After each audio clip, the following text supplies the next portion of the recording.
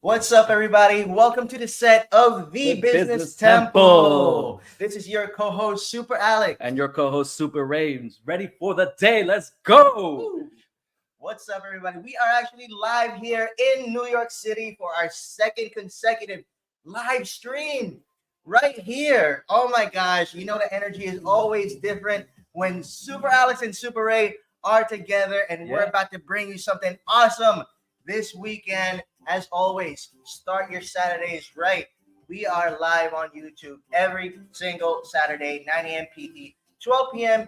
ET, talking about the union of ancient philosophy and modern business. So, what are we going to talk about today, Super Ray?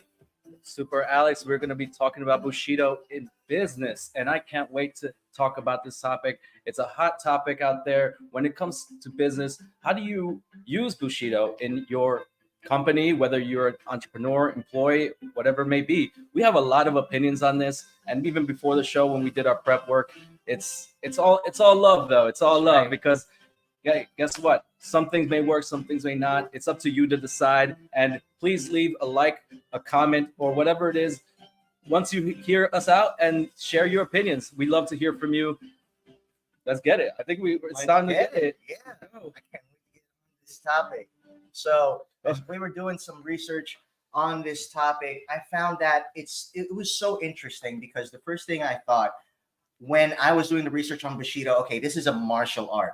And I was dead wrong. Bushido to me is a way of life. Well, I'll give my own definition and we could talk about the formal one. But initially, once again, I thought it was a martial art, but it's not. Bushido is a way of life. It's a guiding principle for warriors. It actually almost has nothing to do with martial arts. And Well, you'll hear that when we the talk thing is, about it. the thing is, people confuse Bushido with a martial arts because Right. many martial arts that are originated in certain areas and in certain countries, for example, judo, taekwondo, it all ends Yeah. with do. And the reason is it means the way of etc. Judo, taekwondo, and Bushido is no different. Bushido stems from the word bushi meaning warrior, and for shorthand, it's war and a gentleman or someone that is presumed to be a scholar, There you therefore go. warrior. Do means the way. Bushido, the way of the warrior. The way of the warrior. That's absolutely amazing. And we're here to talk about some of the guiding principles of that way. I'm getting huge Mandalorian vibes. This is the way we're about to teach you the way and follow that way. We are going to, once again, talk about some of these guiding principles that the samurais of ancient Japan have been using, to become. I mean, they were some of the greatest warriors on earth. Absolutely. To be Some of the honest. most fearsome warriors that ever lived. And just the stories, the paintings, the depictions of warriors and samurais in our modern day is enthralled in this image of someone who's courageous, someone who's fearless, someone who's Yes. sincere, that follows honor, loyalty, and has all these aspects of chivalry within them. So I think it's a great time to start and explaining what Bushido is and what are those principles or the modern principles of Bushido that we can incorporate into corporate structures or into your business. Entrepreneurship. Absolutely. I think that's extremely important. As you know, here in the Business Temple, we've always talked about how these ancient philosophies, cultures, and ways of life relate to entrepreneurship. And that's what we're going to break down for you today. And I think what better way to start than I would like to talk about honor first. All right, Let's honor talk it about is. honor first. So to me, honor means it means respect, giving respect, receiving respect, and of course having strong esteem and just doing the right thing. And I think that falls into integrity, which is Mhm. absolutely important in corporate structure and business. But yeah, let's break down honor a little bit more. And I know people don't use that term. I think the modern term now is integrity. Yes. But definitely when you think about honor, it goes so much deeper than just integrity. Hmm. I I believe you in that. And the thing is, when I think about integrity, which I know both of us, we have a lot of that. And some may say it's honorable for us to provide a service like this. And it's us, in a way, having that integrity to do so. And the way I see it is, yes, is thinking of things in a way of what's good and what's bad. But the thing is, we don't necessarily all know what good and bad is. That's the definition to the individual. Right. Someone might think that they're doing something good, but necessarily harming the environment, doing some sort of harm in another aspect of their lives. And we're your definition of honor and your definitions of integrity is dependent on yourself. And you, as an entrepreneur, if you're starting a business, it's up to you to create a culture of integrity, a culture Yes. of honor, and making sure that your employees and the people that you work with are doing the right thing. I absolutely agree. Mhm. I mean, imagine a company without integrity. What kind of brand trust would that company have? What kind of loyalty would its team members have? It would not have anything, which is why I wanted to talk about honor first, because I feel like it's definitely one of the most important things in business, and of course in the samurai culture, Japanese culture as well. I think they even I'm pretty sure the Japanese people still call it honor today, as opposed to integrity. It's just ingrained in them. And I think it's absolutely important to continue practicing that. I know all of you out there already have this, and this is just a gentle reminder that, you know what, push your integrity even further, push your honor even further, and remember this: no one ever choked from swallowing their own pride, Mhm. ever. That's true. Right? So sometimes when it comes to integrity, what I want to relate that to next in one of the Bushido values is rectitude. So Righteousness. and doing the right Righteousness. thing. Mhm. And from research about Bushido, one thing I learned about the samurai, it's not just justice, like outward Mhm. justice, serving justice, but it's also personal justice. So I'm not sure if you read about this in your research, but you know about seppuku, Yes, I read where about in that. Japanese, I mean, the samurai, they pretty much commit suicide. Mhm. So it's personal rectitude. Let's say if they did the wrong thing, and in order they serve themselves justice as well. Mhm. You know what I mean? And I think that's such a taboo and interesting concept.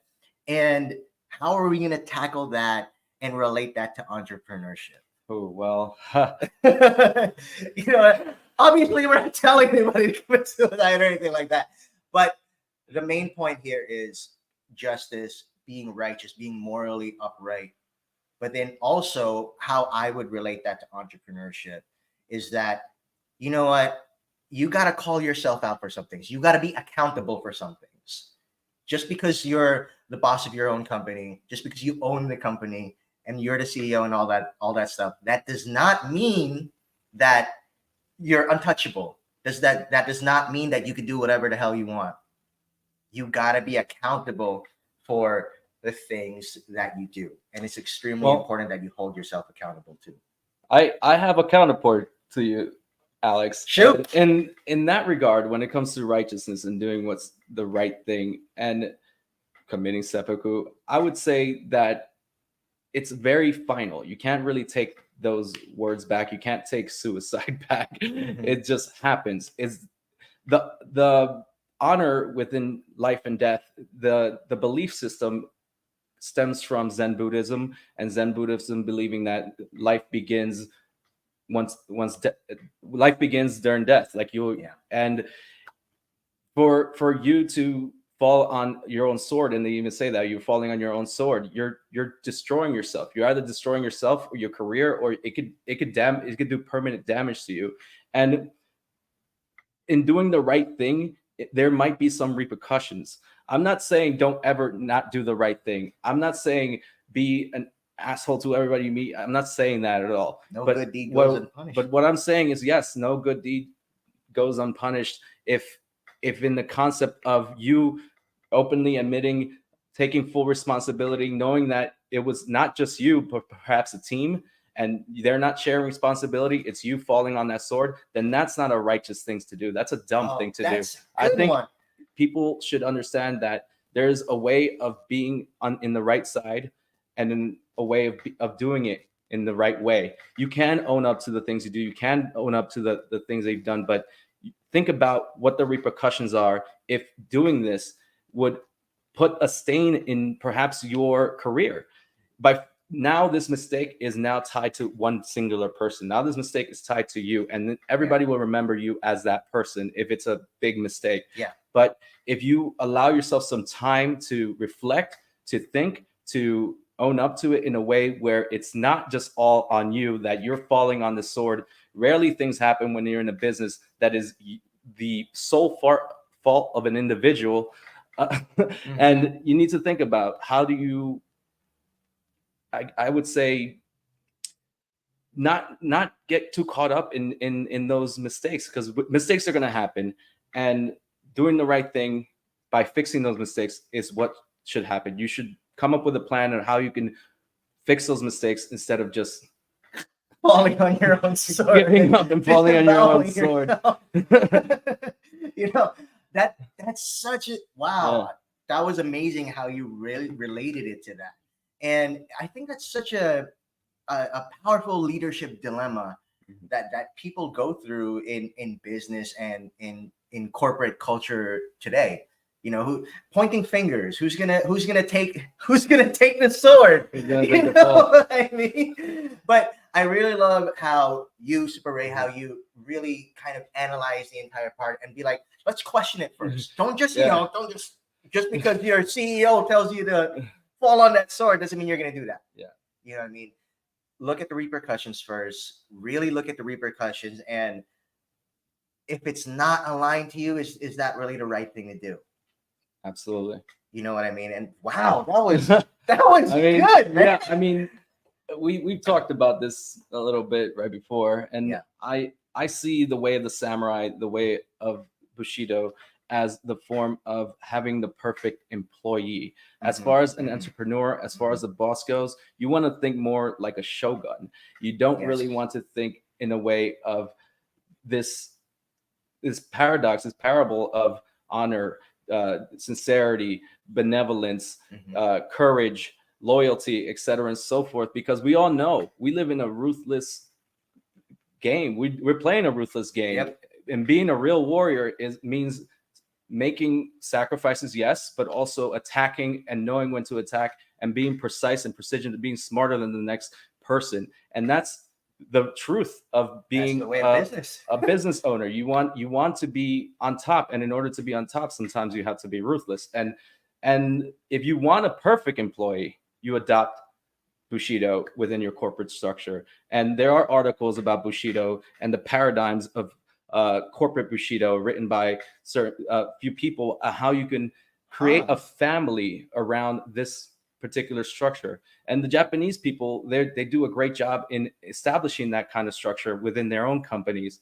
and essentially creating the ideal worker. The ideal worker is someone that's willing to sacrifice themselves for the company, someone that's completely loyal, that would never leave your side, that no matter what you do, no matter how you talk to them and what you pay them, they'll still continue to work for you. They'll still continue to be loyal, and they'll still continue to give you their all. There you go. And I think I feel like that's also a paradox to what we were just talking about earlier. So loyalty and falling on your own sword. When is it right? When is it right to stay loyal? Or you know what I mean? That's a curveball, isn't it? Isn't that like kind of like a loophole in the way? Yeah, in the way of the warrior. When is the right time to be completely loyal, to be that perfect employee, and then when is it the right time to walk away? You know, I think that question hits people differently. It hits me in a different way, hits you in a different way, and whoever's listening right now, how does that hit you? When is the right time to be loyal?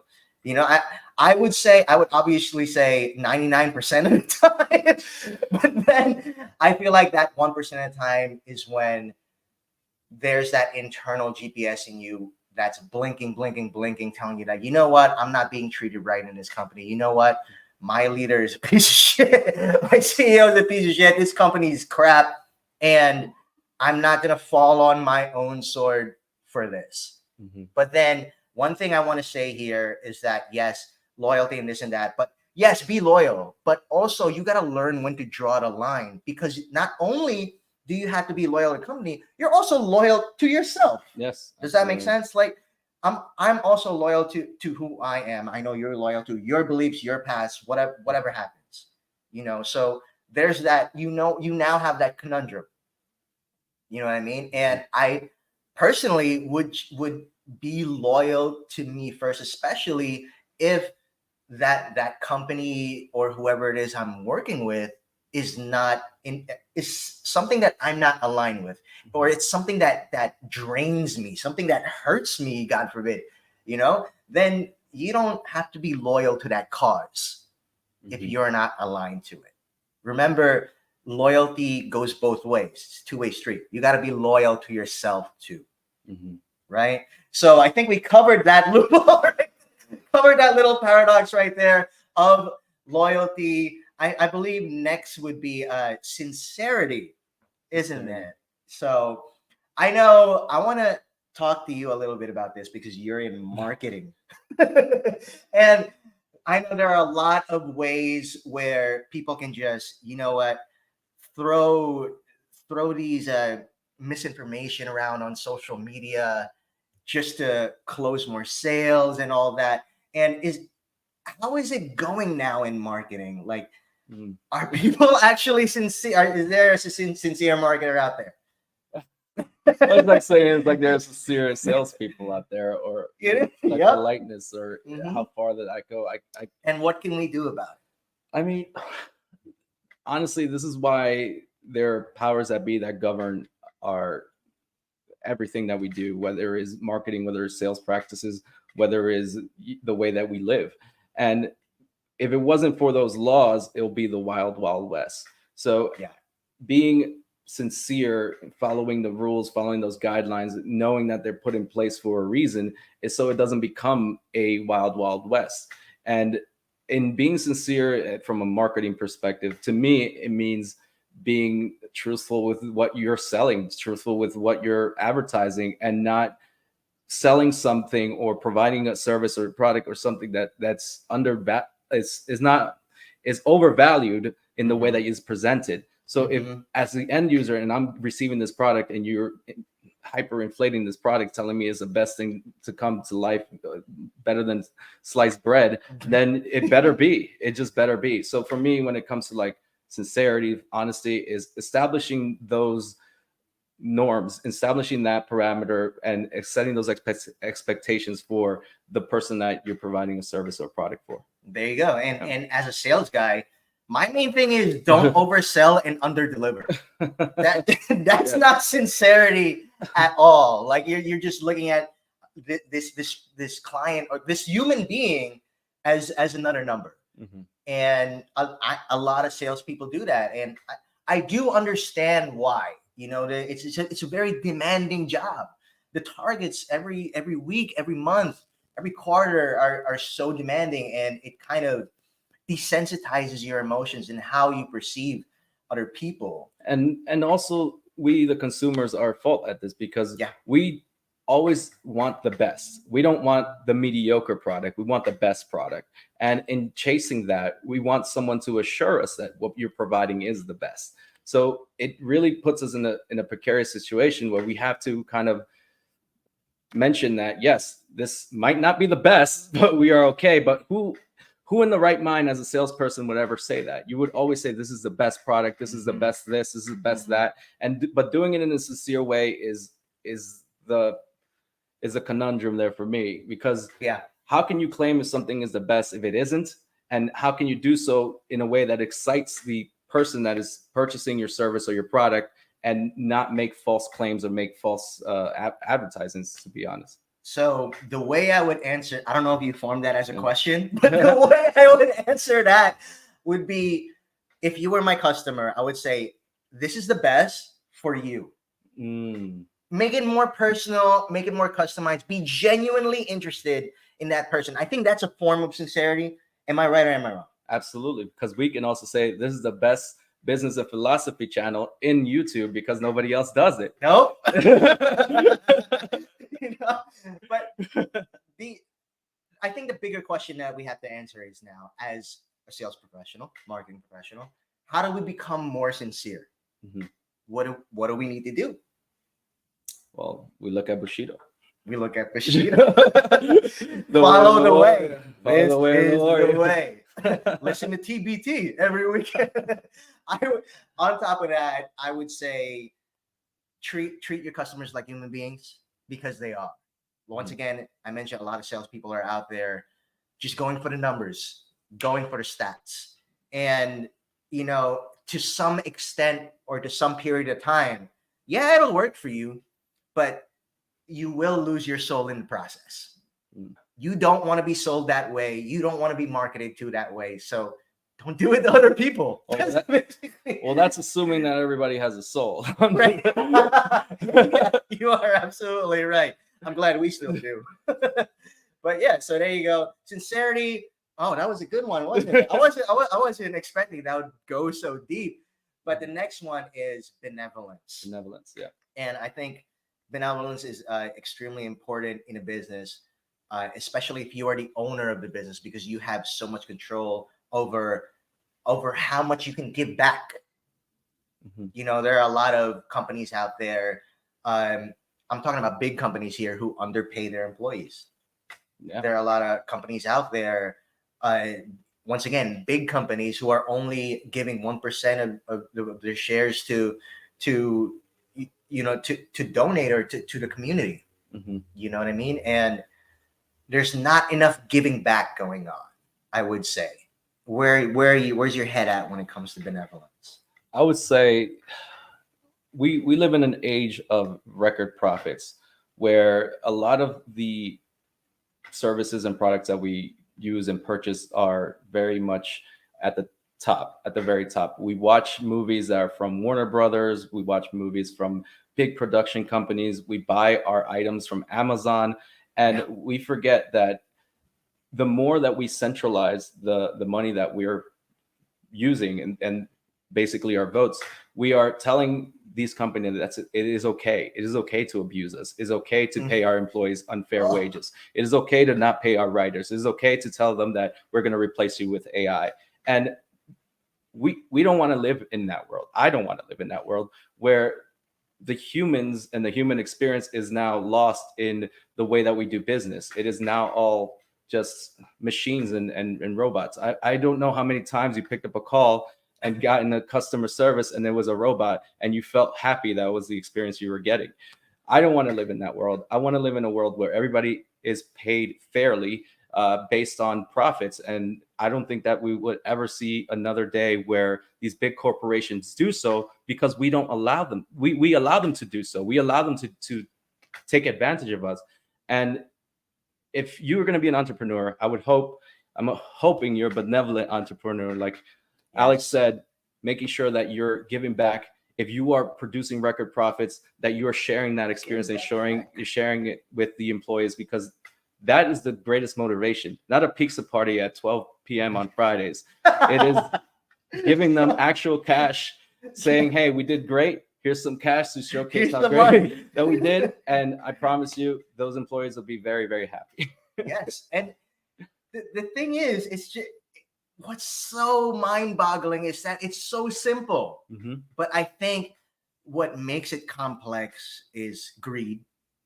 Mm-hmm. What makes it complex is being selfish. And these are two factors that don't make you a servant leader. A samurai, is loosely translated to serve. It doesn't mean warrior, it doesn't mean soldier or anything like that. It means to serve.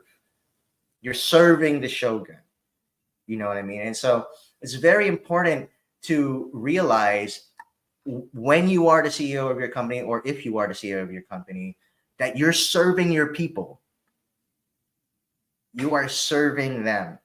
Okay. And not only that, make sure they get the rewards they deserve. Make sure that they get paid equally. Very, very important. And just give back. I think I mentioned earlier, is 1% of companies out there who actually give back to the public. 1% of their profits.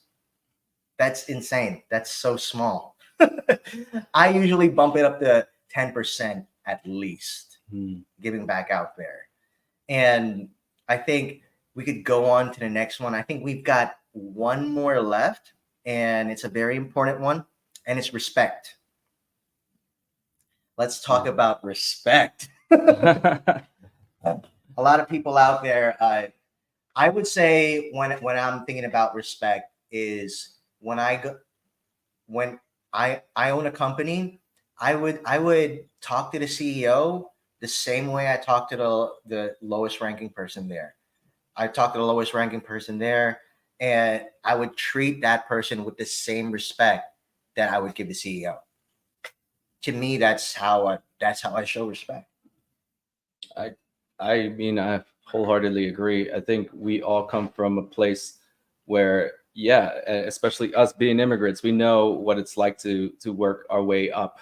It's Yeah. not is we aren't born in the tower. We were born here in the trenches with, I guess, if you're starting a business and you're needing help, yes, we're all in the trenches, but we're in the trenches together, working our way up. And it starts with respecting one another. And for me, it's more of people earn the respect. It's not given. And I feel that sometimes a common mistake that has happened even when you're an employee or even when you're an entrepreneur is that your respect is given so freely. And I would say Mm, earn that respect before you can place yourself in a position where you can be trusted. Because if, let's say, I respect Alex, I respect his business, I trust Alex, and I go to another person and I talk to him how much respect I have for Alex. Now you've established a connection there, and that connection is infectious. So for me, respect and trustworthiness is a vital part of being a good entrepreneur, is a vital part of I making agree. connections, and is a vital part of networking in general. So I think, yeah, respect is a core ingredient to being a great entrepreneur.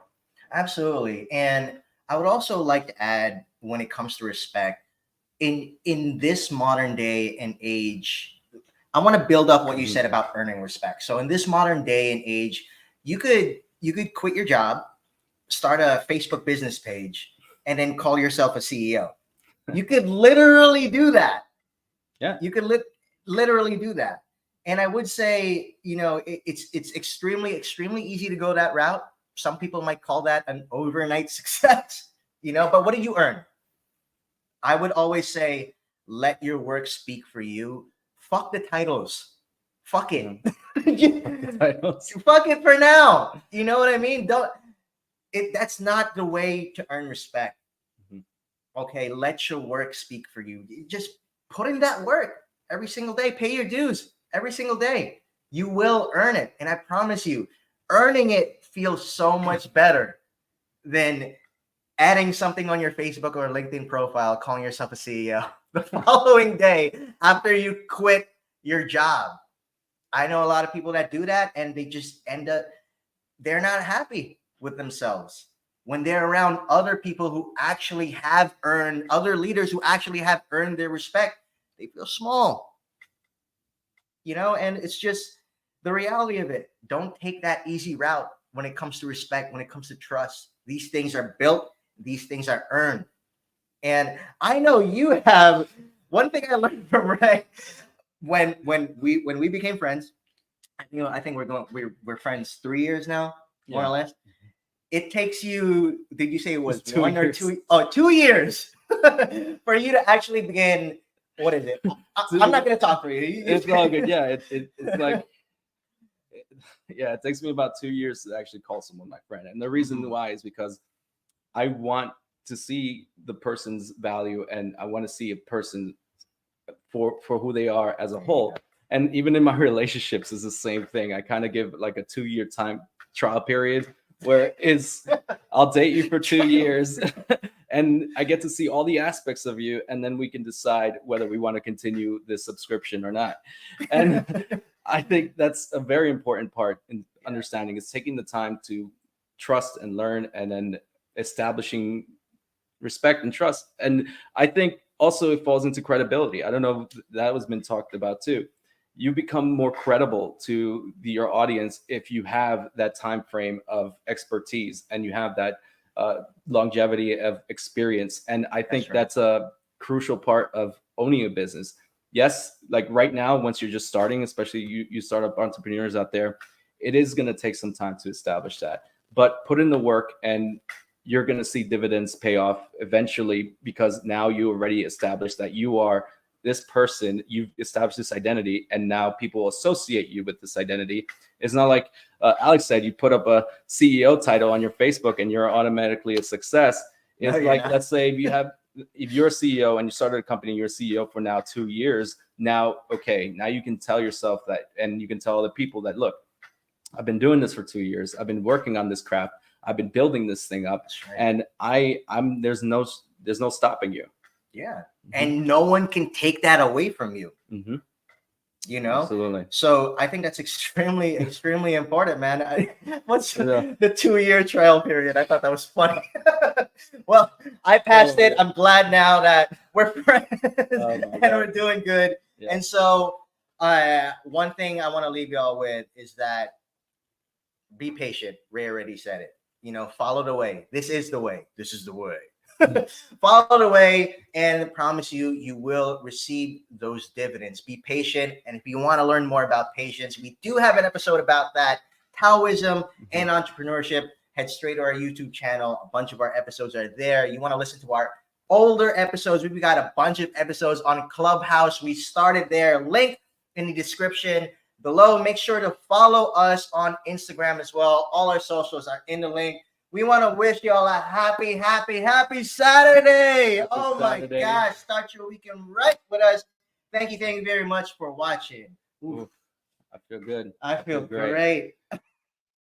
Peace.